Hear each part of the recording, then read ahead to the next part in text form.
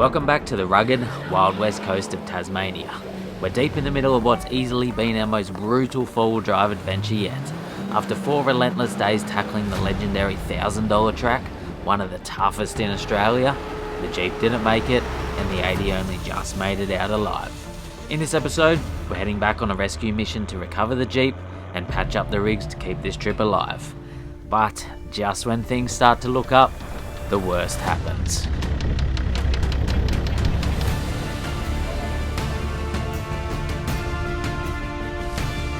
Proudly supported by Opus, Ultima 9, Superior Engineering, GME, Tie Gear, and in part by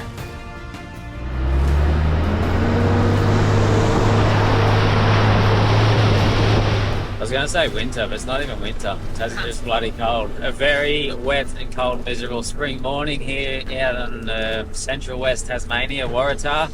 And we're on a Jeep recovery mission into the bloody $1,000 track. Previously, the Jeep had been running like crap, turning itself off constantly and a real struggle to get going again.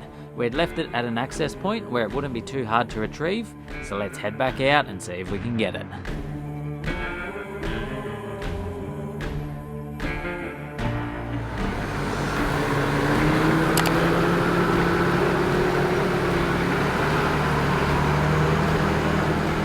Mate, look at that, boys. We bloody made it. It's still there. There's no a Jeep stolen, unfortunately. over there in the rainforest. We just got one tree to clear and then we're at her. See if she runs.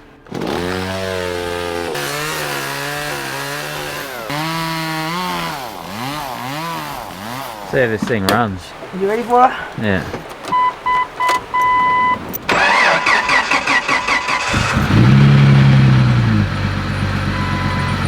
Good, we got it. Started up great, let's get out of here. It seems to run great when it's cold. Unfortunately, once it warms up, not so great. It's so wet out here, everything is just a river. As soon as the Jeep got hot, it's playing up again. It's been going not too bad, but Berto said it's just cut out. So trying to get it going again.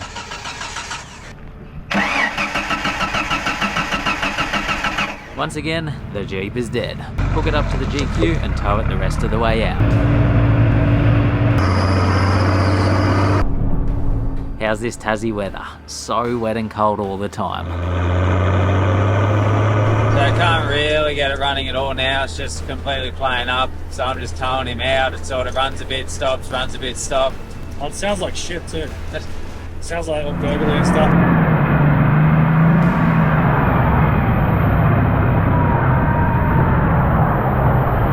We're back in Waratah, mate, and made it back to the Airbnb. Just. But we got back. couple pull starts and then fought and kicked and bucked the whole way home, but we're here. So now we're going to try and figure out what's wrong with it, if we can get parts before we need to move, which is going to be the hard part, and how to get parts, because most of the parts are 2 hours away. It's getting hot, it's running crap. I'm going to check it's got coolant, which full to the brim. So I imagine, see how dirty everything is. That thing and that thing is going to be caked, so I might try my best to wash it out. I know I was also recommended that this coolant sensor leaks coolant through the guts sometimes, but it looks good, so I don't think it's going to be that sensor that's giving us dramas. I think potentially it's got water and fuel, mud in the fuel, and now it's down below a quarter of a tank. It's been playing games, so I'm going to try, see if I can pull this fuel line off, turn the key on, and pump some fuel into it, see if it's clean, dirty, what the deal is. This is a not too familiar situation for you on trips. I've seen this a few times. You like looking at boys hunched over on your car, do you? Yeah.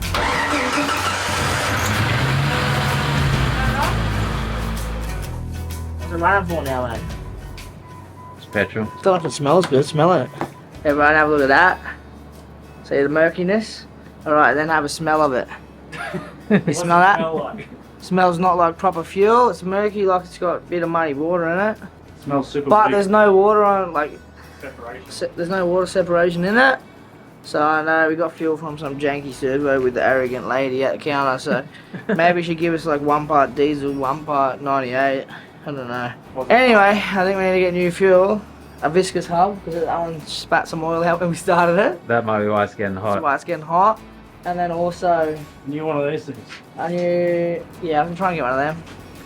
And what I do you knew- find sensors? I'm pretty sure it's throttle position sensor. It doesn't start when it's plugged in. You unplug it, it starts. So it's happened once before. The boys thought it'd be sick to get one from Bunnings.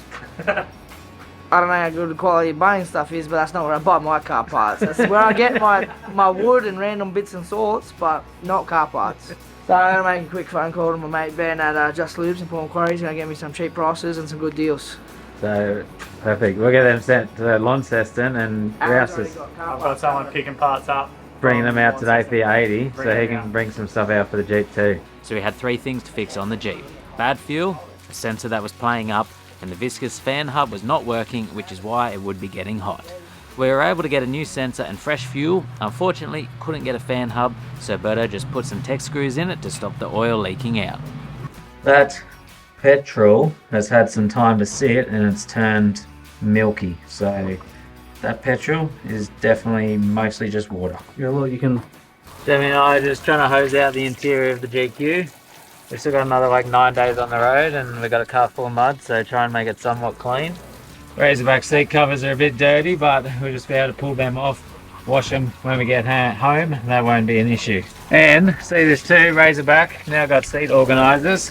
So I've got one in the car for this trip. There's sort of like different compartments. You can pull them off and sit it where you want and arrange it how you want.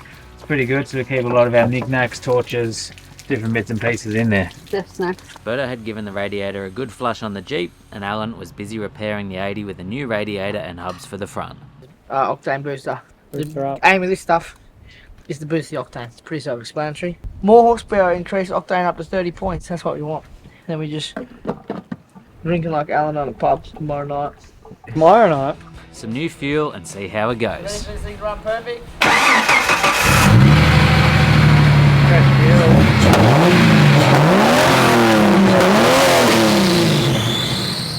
Jeep seemed to be running and working good for now. Alan had the 80 rebuilt and we were ready to hit the tracks the next day. All 3 cars are fixed. Well, not the GQ because can't stop this thing, but 80 and Jeep are both up, running, working, ready for action. Just outside the town of Waratah is the Magnet track. We've never done this one before, but that is what we're going to be taking on today. So we're just beginning it. See what we find out here, see how we go. We fixed it. The engine that could just keeps on keeping on. My back. I haven't been in the seat for 2 days, so looking forward to it. Things were looking good and everyone was excited to be back on the tracks in the sunshine. Unfortunately, this was going to last all of about 5 minutes. Live in the forest, we found ourselves caught between a GQ and an 80 series. Here is a young bush mechanic we found in the My first bush. time on live television. And I think I'm really doing good. If you look under here, this is what holds the transmission up. And there's one bolt on the other side holding it up. If the last bolt falls out, the transmission falls out, and then the fan bends on the front and everything explodes. My thing is like, surely there has to be some sort of like change of luck at some point of this trip. Yeah. If we just keep fixing things, at some point, stuff a stops brand new breaking. Our dandelion. It's the last dandelion. We're gonna try and make something happen with a bunch of bolts that are probably not the right ones. We had 15 minutes of problem-free cars. It was Yeah. nice though. That was a new record. And this Yeah. track is just a smooth track. Yeah. So Berto and Lakin attempted to get the cross member bolted and ratchet strapped back up, because if that gearbox fell out, we were going to be in a world of hurt. I need you to do me one good favour. Push as hard as you can. If I We need to lift this thing up. It's like having a I'm baby. trying to pull the slack out of it. It's like having a baby. Ready? 1, 2, 3. Push. Yeah, cover the whole car. Yeah, just keep pushing. What do you keep pushing? Just get it done. Keep pushing.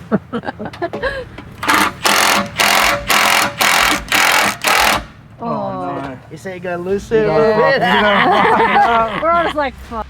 Yeah, crank that shit. Oh, it's going up. A Jeep. Can't take that bloke anyway. We have a bag of spare bolts, but none of them are really Jeep suitable. We couldn't make something work, so I ended up ratchet strapping the cross member back up to try and hold that gearbox back up. They're turning around there and heading back out towards town, try and find a welder, and they're just going to weld the cross member on. And Demi and I are just going to cruise out here, have a bit of a look. I've never done this magnet mine track before, so a bit of an unknown heading out here, which always makes it exciting. Seemed it hadn't been driven in a while and there was a few logs to clear along the way.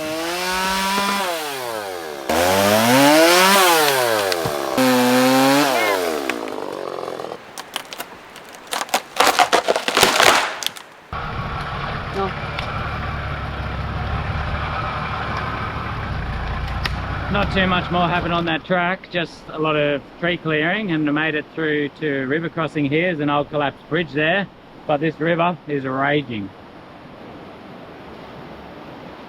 I can't imagine the crossing being a problem. It's only straight through and it's right there. It looks far on the GoPro, but it's only like 1.5 car lengths long, and you can see sort of rocks on that side of it there. I'm sure it'll be fine. There's two options here. Number one is I walk it. Number two is I very, very slowly just sort of nose the car in and see if it dips at all or if it remains shallow, and if it sort of starts to dip, I'll come back out and then I'd have to walk it, but it might just be shallow through it. Zeph's in the front of us just in case there's an emergency.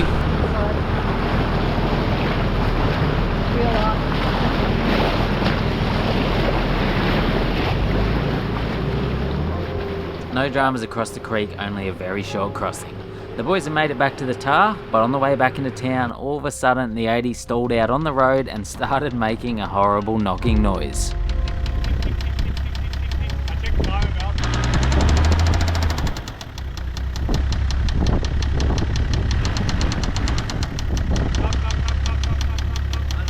What do we do about that? The bottom end bearing, it could be a new motor. Yeah, sounds like that. That's about membrane. I reckon take the rock cover off first. So what's the plan? Taking the rocket cover off? Take the rock cover off. See if it's a valve clearance thing or And valve. So on top of all these, you can't see, but each of these cam lobes is a bucket and a shim, and I want to make sure all the shims are still on top of the buckets. If they're not, then it makes an uppy noise. If they are, then it's probably going to be the motor. They're all there. Is that bad? But Not good. not good. Lock him up. Lock him up. This is a great time. A very, very great time. So let's find a motor. Put a new motor in it. Exciting. So exciting. Well, that was that. Very likely the 80 had spun a bottom end bearing and would need the entire motor replaced.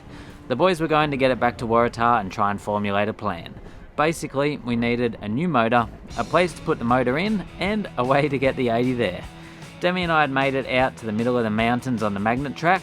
Absolutely beautiful spot here, but we had got the news about the 80, so we better keep moving to meet up with the others.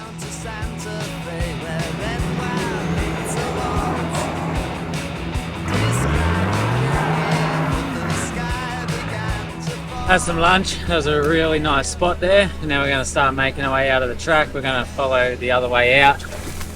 It's a bit overgrown. Bit wet. Magnum Road.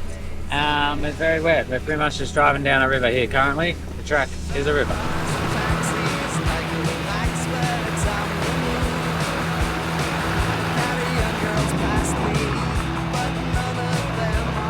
And we are bogged. This is a hell of a track. Definitely an interesting one. There was a little cuts off the river here, but it got very slushy. I sort of came in and just went woof down on that side, so she's buried there in a wall of mud.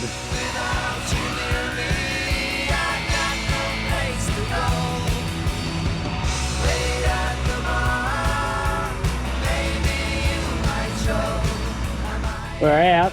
That was a bloody mess, that thing.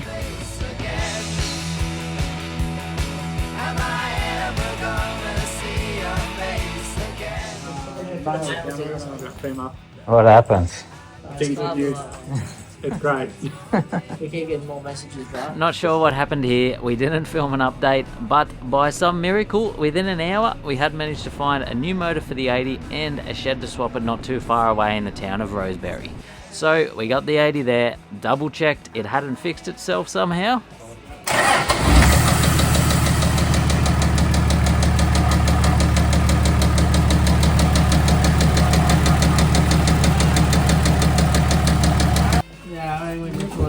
Hadn't fixed itself, time to rip the motor out while the new one is currently getting trailered across Tassie. Mate, plenty of mechanical repairs going down this trip. I'm just like advisor. I'm to the Alan. new birdo apparently. I'm the advisor for Alan, so he's my little protege. I'm working on him. Needs a bit of work, as you can see. His car isn't quite as nice as ours, but it looks good from the outside, Don't look on the inside. and it sounds good. That's all that matters, isn't it? And then just to add to the fun, my rear diff is now on the way out, so looks like I didn't escape the repairs either. When we pulled up before, Demi noticed oil dripping out, and I looked under. It was coming from the rear diff from the pinion seal, and then Berta got under. It had a fair bit of play in it, and we took it for a drive, and we noticed that's now started going vroom, vroom, vroom as you're driving. So the mud probably ate out the pinion seal. It's leaked out oil and water and mud and everything that was in there while I was driving. Haven't noticed it quick enough, and now it's half taken out the rear diff. So we're just going to see if we can find a rear diff somewhere around here. We'll just put a new rear diff in. It's only like a, I don't know, 2-3 hour job on a patrol. We just need to find the diff. But in the meantime, that motor is coming out of the 80, and we got another one on the way.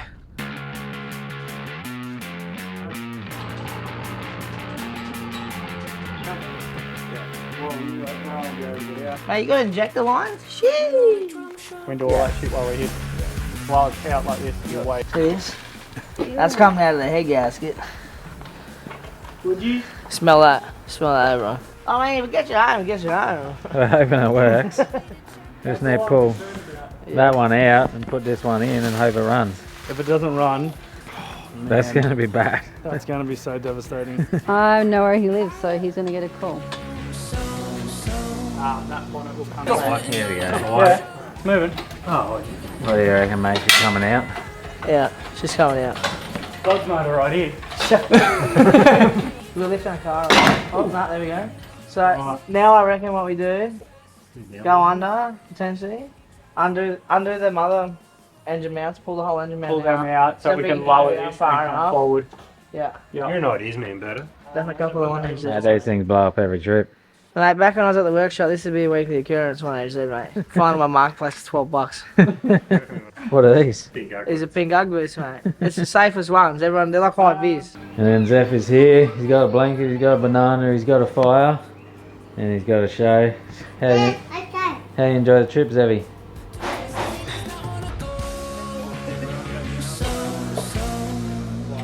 He's putting on a drum show. So the engine's out, the motor. The plan now is just to strip all the stuff off you need. We need the sump. It's got the turbo drain in it. Alternator, probably be already to the water pump. That intake manifold situation, and the whole exhaust side. Yeah, whole exhaust. Flywheel clutch. Bolt it onto the other one and put it back in. Bob's your uncle. Off you go, mate. Yeah, it does. It just had a spark. I can see the sparkle in it already. Yeah. Me and Lake bought ourselves pizzas. What do you guys have? What are you guys having? This is a wild fall driving camping trip. Yeah, it was in houses. So wild. Doesn't make sense. Yeah. Some pizza for dinner and then time to pull all the parts off the old motor we will need to chuck on the new one.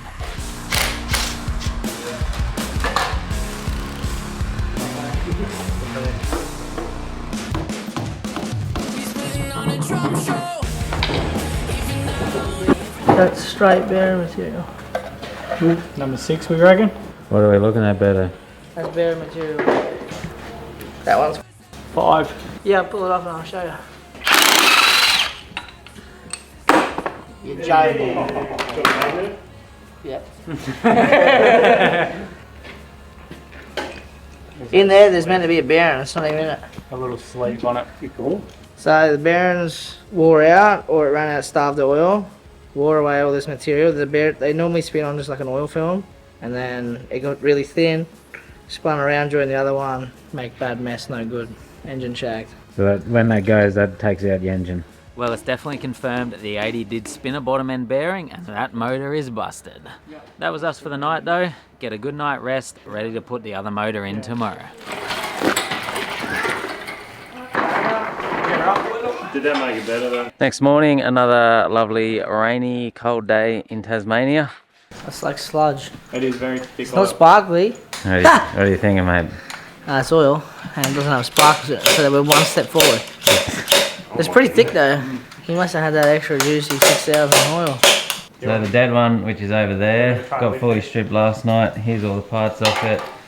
The new one brought in, and then all this going back on that.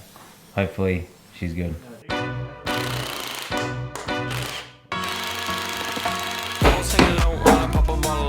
Check the bottom end, all their big end bearings. Make sure they're not shagged or one of them's not close to being shagged so we don't do it again.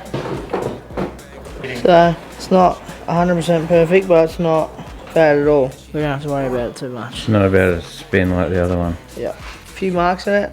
Can't feel anything with my fingernail. They're just visual, like barely scuffs. Normally you feel it with your nail, no good, but... Keep fitting up all these parts and get the new motor ready to go back in the 80. Also, just want to say a massive thank you to Ray for letting us use his shed, stay at his house and help with this whole ordeal. Saved us big time.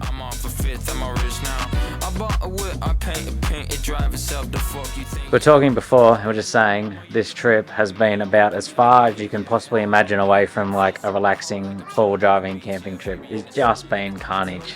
It's been good, it's been an adventure, but we're hoping things don't keep going wrong because she's been a wild time.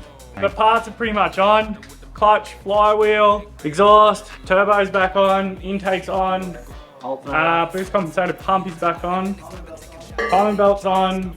We changed all the power steering and the vacuum pump off mine because we knew it was good. I'm just putting injector lines on and I think we are ready to drop back into the 80s. Yeah, put it back in and... Another day in the shed, that's what you got to say. Another day. Can you give us 3-star jump? 3-star jump. What? Woo! Go in and do it. I'm not doing nothing.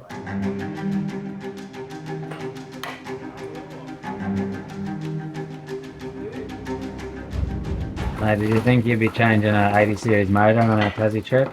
Yeah. As soon as he told me he was changing his fuel pump, I was thinking, We anticipated. this thing's going to explode. Alright, it's in the bay. I'm done. I'm knocked off.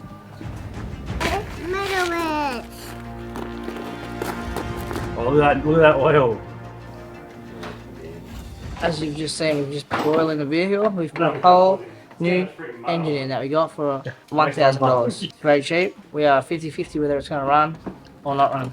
If it doesn't run, it's going through his window. If it does run, what a man. What an absolute legend. Till then, let's hook the battery on. Ow, my head. Let's see. We're meant to do it on that.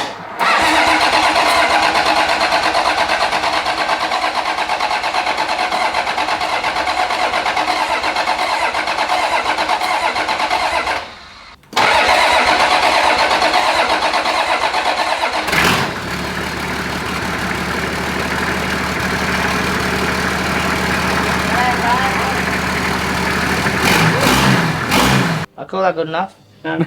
Doesn't tick. So what, good news? It's good enough for now. It's past the initial startup. Still got to pass the fucking flat bickies up the hill for 3 minutes test, and then we'll be torture tested, mate. We'll be done. We have a running 80 series again. Bloody great news. Alan's going to keep finalising, putting everything back together on that, and while he's doing that, we're going to start fixing these other two cars. First up the Jeep. Fredo is going to weld the cross member. Because the cross member will be welded on, if you have to change the gearbox or whatever, you have to cut the cross member welds off, but that gets us out of trouble for the moment and can be solved better down the track. It's welded on, it's not coming off.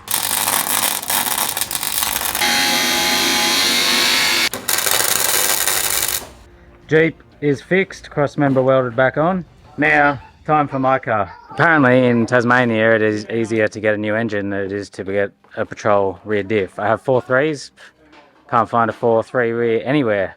Can't even find a front 4.3 because we could have done a high pinion rear with a front diff, but can't find anything. So, but it's just gonna fill it with oil, send it and hope for the best. Hopefully it doesn't blow up. While we're going to also change my gearbox oil because that is full of mud and water. I can feel it. Look at that, mate. Thought your diff was empty. It was just over full. With mud oil. See, look at that. It's full of metal.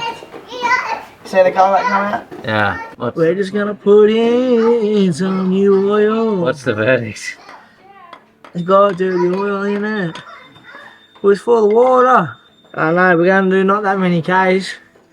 And then worst case, before we head home, mate, we'll pick up a 4.1 for $12.50 because they're everywhere. So we need to get one of these. It's good, eh? Yeah. Need a longer hose. Fresh oil in the rear diff and hope for the best. Changed the chocolate milkshake that was in the gearbox, and that was the GQ sorted. GQ is as fixed as it can be. We just gotta, fingers crossed, this rear diff survives the rest of Tasmania, but that's a wait and see. Now 80 series nearly back together, and then we'll call that 3 cars fixed. Still gotta obviously test drive that thing.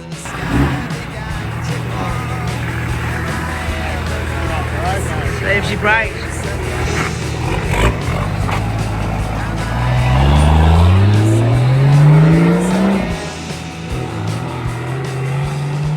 See much. Oh, there you go. Hey. We're back. They're back. Just over 24 hours. So far, so good. She's So far, driving. so good. We're on the road, which is a good thing. Just going to get some dinner, and then once we have dinner, we'll go back, crash again, and we're ready to hit the road again tomorrow. Big thanks to Ray for helping us with the house, somewhere to stay, somewhere to do the work, tools, everything. And then his mate. Good bloke. Oh, he's been a great bloke. His mate's bringing us parts, From oils, the other side of Tasmania, the whole other side Yeah, of the continent. yeah. Met some good people along this trip. We owe it to them, put it that way. And that's what this is all about. Yeah, that's what wheeling is. Make sure to tune in next week for the final episode of our Tassie series. That's another track, another Jeep towed out of it. I'll just take this around the country, towing out of one truck at a time. One tow at a time. I would not recommend doing that. Luckily we only did it for 500 metres In an emergency. in an emergency situation. Fully qualified trained personnel. Only do it if you're a trained professional. Yeah, I'll try this at home. I am a trained professional. Seeing stuff for details. If we do not take any responsibility for anyone doing anything like that, and Terms and No. conditions apply. we will not be held accountable. Thank you. Yeah, that was pretty good.